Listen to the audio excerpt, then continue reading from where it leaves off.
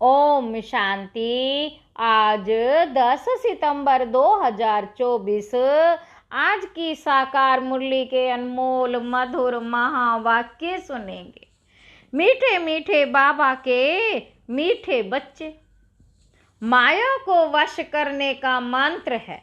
माया को वश करने का मंत्र है मन मना भव। इसी मंत्र में सब खूबियां समाई हुई है। यही मंत्र तुम्हें पवित्र बना देता है। प्रश्न है, आत्मा की सेफ्टी का नंबर 1 साधन कौन सा है और कैसे? उत्तर है, बाबा कहते याद की यात्रा ही सेफ्टी का नंबर 1 साधन है, क्योंकि इस याद से ही तुम्हारे करैक्टर सुधरते हैं। तुम माया पर जीत पा लेते हो। याद से पतित कर्मेंद्रियां शांत हो जाती हैं। याद से ही बल आता है। ज्ञान तलवार में याद का जौहर चाहिए। याद से ही मीठे सतो प्रधान बनेंगे। कोई को भी नाराज नहीं करेंगे। इसलिए याद की यात्रा में कमजोर नहीं बनना है। अपने आप से पूछना है कि हम कहाँ तक याद में रहते हैं। ओम शांति। मीठे मीठे रूहानी बच्चों को रोज रोज सावधानी जरूर देनी होती है। कौन सी? Safety first. सेफ्टी क्या है? बाबा कहते सेफ्टी फर्स्ट। सेफ्टी क्या है? याद की यात्रा से तुम बहुत बहुत सेफ रहते हो। बाबा कहते याद की यात्रा से ही तुम बहुत बहुत सेफ रहते हो। मूल बात ही बच्चों के लिए यह है। बाप ने समझाया है। बाप ने समझाया है। तुम बच्चे जितना याद की यात्रा में तत्पर रहेंगे, उतनी खुशी भी रहेगी और मैनर्स भी ठीक होंगे, क्योंकि पावन भी बनना है। करैक्टर्स भी सुधारना है। अपनी जांच करनी है। मेरा करैक्टर किसको दुख देने जैसा तो नहीं है। मुझे कोई देह अभिमान तो नहीं आ जाता है। यह अच्छी रीति अपनी जांच रखनी है। बाप बैठ बच्चों को पढ़ाते हैं। तुम बच्चे पढ़ते भी हो तो फिर पढ़ाते भी हो। बेहद का बाप सिर्फ पढ़ाते हैं, बाकी तो सब है देहधारी। इसमें सारी दुनिया आ जाती है। एक बाप ही विधेयी है। वह तुम बच्चों को कहते हैं कि तुमको भी विधेयी बनना है। मैं आया हूँ तुमको विधेयी बनाने। बाबा कहते मैं आया ही हूँ तुमको विधेयी बनाने। पवित्र बनकर ही वहाँ जाएंगे। छी को तो साथ ले नहीं जाएंगे। इसलिए पहले पहले मंत्र ही ये देते हैं। माया को वश करने का यह मंत्र है। पवित्र होने का यह मंत्र है। इस मंत्र में बहुत खूबियां भरी हुई हैं। इनसे ही पवित्र बनना है। मनुष्य से देवता बनना है। जरूर हम ही देवता थे। इसलिए बाप कहते हैं अपनी सेफ्टी चाहो, मजबूत महावीर बनना चाहो तो यह पुरुषार्थ करो। अपनी सेफ्टी चाहो, मजबूत महावीर बनना चाहो तो यह पुरुषार्थ करो। बाप तो शिक्षा देते रहेंगे, भर ड्रामा भी कहते रहेंगे। ड्रामा अनुसार बिल्कुल ठीक ही चल रहा है। फिर आगे के लिए भी समझाते रहेंगे। याद की यात्रा में कमजोर नहीं बनना है। बाहर रहने वाली बंधेली गोपिकाएं जितना याद करती हैं, उतना सामने रहने वाले भी याद नहीं करते। बाबा कहते क्योंकि उनको तड़पन होती है शिव बाबा से मिलने की। जो मिल जाते हैं उन्हों का पेट जैसे कि भर जाता है। जो बहुत याद करते हैं वह ऊंच पद पा सकते हैं। देखा जाता है अच्छे अच्छे बड़े बड़े सेंटर्स संभालने वाले मुख्य भी याद की यात्रा में कमजोर हैं। बाबा कहते याद का जौहर बहुत अच्छा चाहिए। ज्ञान तलवार में याद का जौहर ना होने कारण किसको तीर लगता ही नहीं, पूरा मरते नहीं। बच्चे कोशिश करते हैं ज्ञान का बाण लगाकर बाप का बनाए व मर जीवा बनाए, परंतु मरते नहीं। तो जरूर ज्ञान तलवार में गड़बड़ है। बाबा भल जानते हैं ड्रामा बिल्कुल एक्यूरेट चल रहा है, परंतु आगे के लिए तो समझाते रहेंगे ना। हर एक अपनी दिल से पूछो, हम कहाँ तक याद करते हैं? याद से ही बल आएगा। इसलिए कहा जाता है ज्ञान तलवार में जौहर चाहिए। ज्ञान तो बहुत सहज रीति समझा सकते, जितना जितना याद में रहेंगे उतना बड़े मीठे बनते जाएंगे। तुम सतो प्रधान थे, बहुत मीठे थे, अब फिर सतो प्रधान बनना है। तुम्हारा स्वभाव भी बहुत मीठा चाहिए। बाबा कहते कभी रंज नाराज नहीं होना चाहिए। ऐसा वातावरण ना हो जो कोई रंज हो, ऐसी कोशिश करनी चाहिए, क्योंकि यह ईश्वरीय कॉलेज स्थापन करने की सर्विस बहुत ऊंची है। विश्वविद्यालय तो भारत में बहुत गाए जाते हैं, वास्तव में वह है नहीं।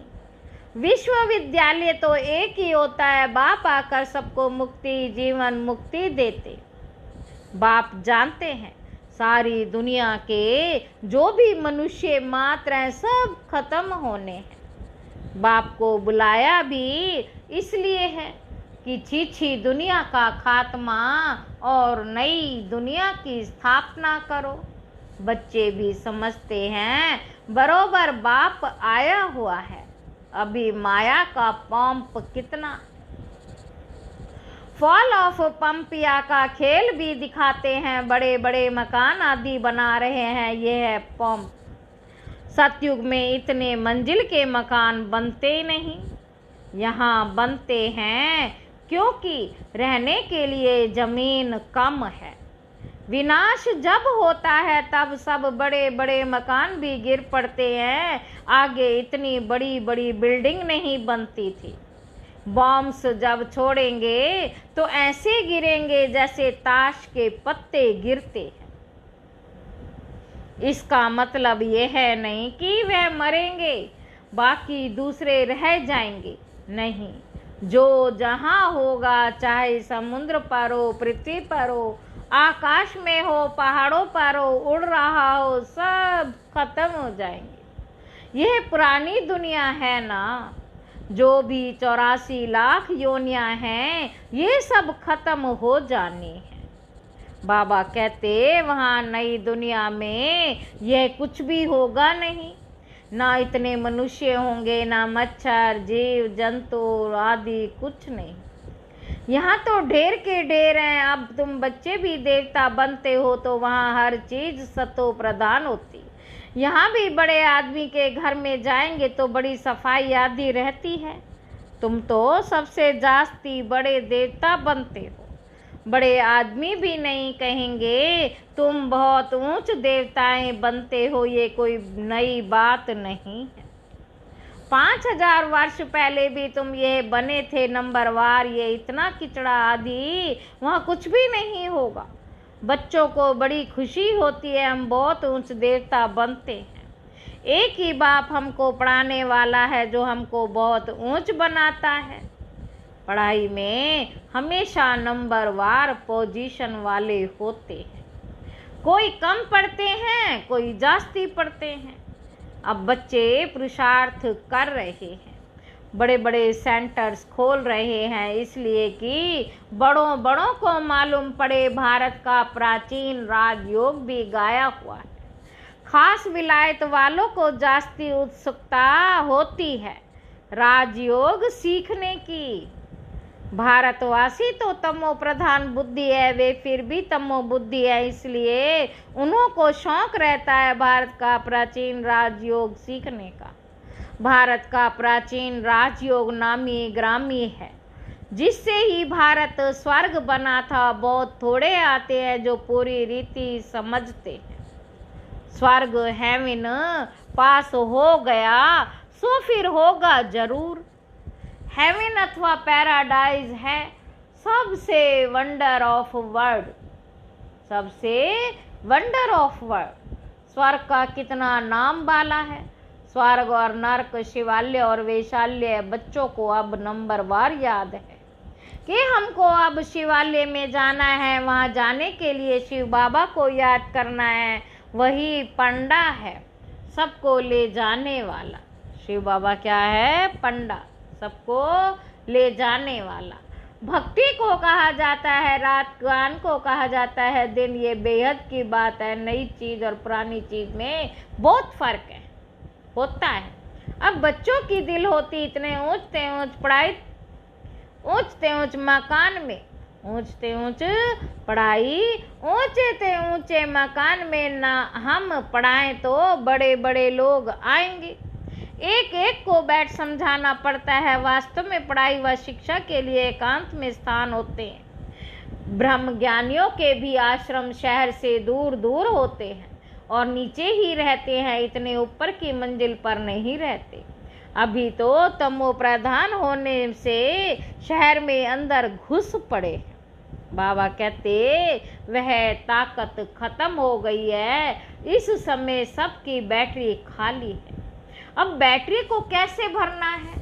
यह बाप के सिवाय कोई भी बैटरी चार्ज कर ना सके। बाप के सिवाय कोई भी बैटरी चार्ज कर ना सके। बच्चों को बैटरी चार्ज करने से ही ताकत आती है, उसके लिए मुख्य है याद। उसमें ही माया के विघ्न पड़ते। कोई तो सर्जन के आगे सच बतलाते, कोई छिपा लेते। अंदर में जो खामियां हैं वे तो बाप को बतलानी पड़े। इस जन्म में जो पाप किए वह अविनाशी सर्जन के आगे वर्णन करना चाहिए, नहीं तो वह दिल अंदर खाता रहेगा, सुनाने के बाद फिर खाएगा नहीं। अंदर रख लेना ये भी नुकसान कारक है। जो सच्चे सच्चे बच्चे बनते हैं वह सब बाप को बतला देते हैं। इस जन्म में यह पाप किए, दिन प्रतिदिन बाप जोर देते रहते हैं। यह तुम्हारा अंतिम जन्म है। तमो प्रधान से पाप तो जरूर होते होंगे ना। बाप कहते मैं बहुत जन्मों के अंत में जो नंबर 1 पतित बना है, बहुत जन्मों के अंत में जो नंबर 1 पतित बना है उसमें ही प्रवेश करता हूँ, क्योंकि उनको ही फिर नंबर 1 में जाना है। बहुत मेहनत करनी पड़ती है। इस जन्म में पाप हुए तो है ना। कईयों को पता ही नहीं पड़ता कि हम क्या कर रहे हैं। सच नहीं बतलाते। कोई सच बतला देते। बाप ने समझाया बच्चे तुम्हारी कर्मेंद्रियां शांत तब होती जब कर्मातीत अवस्था बनती है। जैसे मनुष्य बूढ़े होते हैं, कर्मेंद्रियां ऑटोमेटिकली शांत हो जाती। इसमें तो छोटेपन में ही सब शांत हो जाना चाहिए। योग बल में अच्छी तरह रहे तो इन सब बातों की एंड हो जाए। वहाँ कोई ऐसी गंदी बीमारी, कीचड़ पट्टी आदि कुछ नहीं होता। मनुष्य बड़े साफ शुद्ध रहते। वहाँ है ही राम राज्य, यहाँ रावण राज्य। तो अनेक प्रकार की गंदगी की बीमारियां आदि हैं। सतयुग में ये कुछ भी होता नहीं। बात मत पूछो। नाम ही कितना फर्स्ट क्लास है। स्वर्ग, नई दुनिया, बड़ी सफाई रहती है।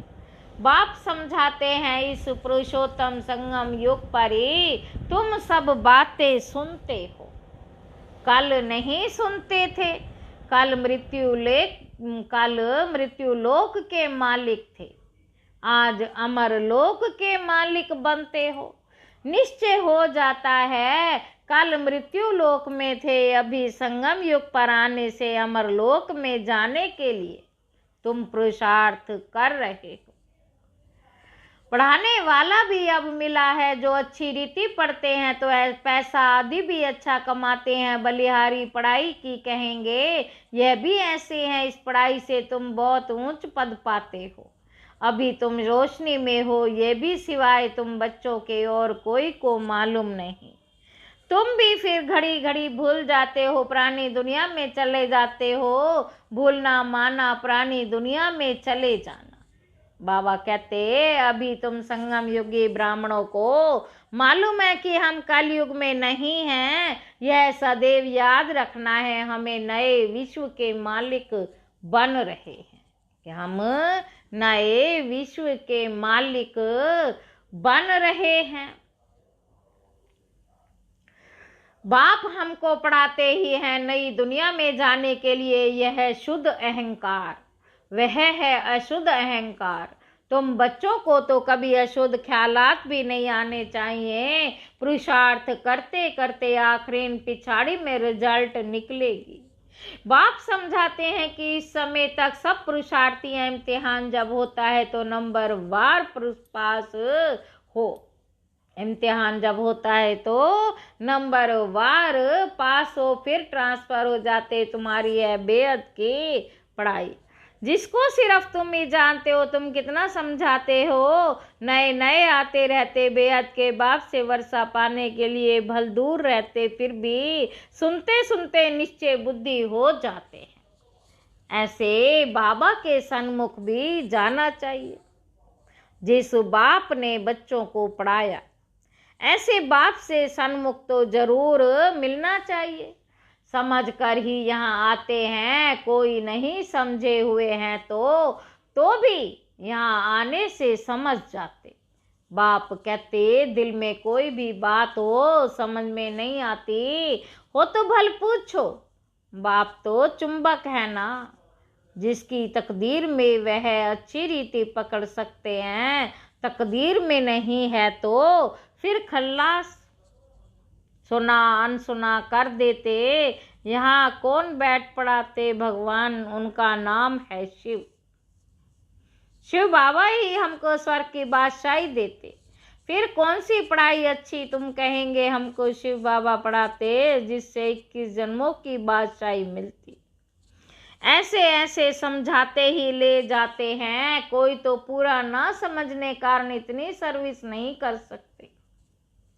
बंधन की जंजीरों में जकड़े रहते हैं शुरू में तो। कौन तुम कैसे अपने को जंजीरों से छुड़ा कर आए हो? शुरू में तो तुम कैसे अपने को जंजीरों से छुड़ा कर आए हो, जैसे कोई मस्ताने होते हैं। यह भी ड्रामा में पार्ट था, जो कशिश हुई ड्रामा में भट्टी बननी थी। ड्रामा में भट्टी बननी थी, जीते जी मरे फिर माया की तरफ कोई कोई चले गए। युद्ध तो होती है ना, माया देखती है। इसने बड़ी हिम्मत दिखाई है, अब हम भी ठीक करके देखते हैं कि पक्के हैं व नहीं। बच्चों की कितनी संभाल होती है, सब कुछ सिखलाते थे। तुम बच्चे एल्बम आदि देखते हो, लेकिन सिर्फ चित्र देखने से भी समझ ना सके। कोई बैठ समझाए कि क्या क्या होता था, कैसे भट्टी में पड़े थे, फिर कोई कैसे निकले, कोई कैसे, जैसे रुपए छुपते हैं, जैसे रुपए छपते हैं तो कोई कोई खराब हो पड़ते। यह भी ईश्वरीय मशीनरी है। ईश्वर बैठ धर्म की स्थापना करते, ईश्वर बैठ धर्म की स्थापना करते हैं। यह बातें किसी को भी पता नहीं है। बाप को बुलाते भी हैं, परंतु जैसे तवाई समझते ही नहीं। कहते हैं ये कैसे हो सकता है, माया रावण एकदम ऐसा बना देती। शिव बाबा की पूजा भी करते, फिर कह देते सर्वव्यापी। शिव बाबा कहते हो, फिर सर्वव्यापी कैसे कहते हो? कैसे होगा? पूजा करते हैं, लिंग को शिव कहते हैं, ऐसे थोड़े ही कहते हैं कि इसमें शिव बैठा है। अब पत्थर टिक्कर में भगवान को कहना तो क्या सब भगवान ही भगवान है? पत्थर ठिक्कर में भगवान को कहना तो क्या सब भगवान ही भगवान है? भगवान अनलिमिटेड तो नहीं होंगे ना। तो बाप बच्चों को समझाते, कल्प पहले भी ऐसे समझाया था। अच्छा, मीठे मीठे सिक्की लदे बच्चों प्रति माता पिता बाप दादा का याद, प्यार और गुड मॉर्निंग। हम रूहानी बाप के रूहानी बच्चों को नमस्ते। हम रूहानी बच्चों की रूहानी बाप दादा को याद, प्यार और नमस्ते बाबा, नमस्ते, शुक्रिया बाबा, शुक्रिया। धारणा के लिए मुख्य सार, ऐसा मीठा वातावरण बनाना है जिसमें कोई भी नाराज ना हो। बाप समान विधेयी बनने का पुरुषार्थ करना है। याद के बल से अपना स्वभाव मीठा और कर्मेंद्रियां शांत करनी है। दूसरा पॉइंट है सदा इसी नशे में रहना कि अभी हम संगम युगी हैं, काल युगी नहीं। बाप हमें नए विश्व का मालिक बनाने के लिए पढ़ा रहे हैं। अशुद्ध ख्यालात समाप्त कर देने हैं। ओम शांति। वरदान है अकाल तख्त और दिल तख्त पर बैठ, सदा श्रेष्ठ कर्म करने वाले कर्म योगी भव। इस समय आप सभी बच्चों को दो तख्त मिलते हैं, एक अकाल तख्त, दूसरा है दिल तख्त। लेकिन तख्त पर वही बैठता जिसका राज्य होता। जब अकाल तख्त नशीन है तो सब राज्य अधिकारी है, और बाप के दिल तख्त नशीन है तो बाप के वर्षे के अधिकारी, जिसमें राज्य भाग्य सब आ जाता। कर्म योगी अर्थात दोनों खुशखबरी, दोनों तख्त नशीन। कर्म योगी अर्थात दोनों तख्त नशीन। ऐसी तख्त नशीन आत्मा का हर कर्म श्रेष्ठ होता, क्योंकि सर्व कर्म इंद्रियां ला और ऑर्डर पर रहती हैं। स्लोगन है जो सदा सम्मान की सीट पर सेट रहते हैं वही गुणवान और महान बनते हैं। अच्छा, ओम शांति।